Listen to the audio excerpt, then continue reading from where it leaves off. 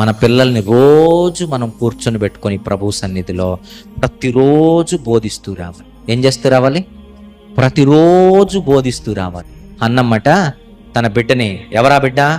సమూయేలు ప్రవక్త. సమూయేలు మొదటి గ్రంథం, రెండో గ్రంథం ఉందే, అది రాసిన సమూయేలు ప్రవక్త. ఆయన పుట్టిన వెంటనే, ఆయన పాలు మరిపించిన వెంటనే మందిరంలోనికి తీసుకొని వెళ్ళిపోయి ఏం చెప్పిందో తెలుసా?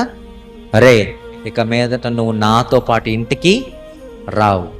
ఇక్కడ దేవుడున్నాడు, నువ్వు దేవుడిచ్చిన బిడ్డవే, రేపటి నుండి నువ్వు ఎక్కడే ఉండాలి. ఎక్కడ ఉండాలి? మందిరంలోనే ఉండాలి. సాగిల పడమని చెప్పి దేవునికి మ్రొక్కమని మ్రొక్కిచ్చిందట. ఎప్పుడు చిన్న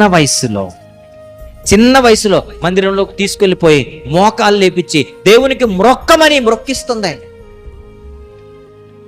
అందుకే ఏమయ్యాడు సమూయేలు ఏమయ్యాడు? ప్రవక్త అయ్యాడు. చప్పలు కూడా దేవుని నామాన్ని మేము పెడతాం. ఒకవేళ మీరు ఆలోచించండి, అన్నమ్మ గనక చిన్న వయసులో చెప్పకపోయి ఉంటే, అన్నమ్మ గనక మ్రొక్కు దేవుడికి అని దేవుడి గురించి చెప్పకపోయి ఉంటే, మందిరంలో తీసుకెళ్ళిపోయి మందిరంలో సాగిలపడి నమస్కరించురా అని గనక దేవుని గురించి చెప్పకపోయి ఉంటే ఏమైండేది? సమూయేలు ఏమయ్యాడో తెలుసా? కయీన్ అయిపోయి ఉండేవాడు. కయీన్ అయిపోయి ఉండేవాడు. కానీ సమూయేలు ఏమయ్యాడో తెలుసా? తన తల్లి వలన అద్భుతమైన ప్రవక్త అయ్యాడు.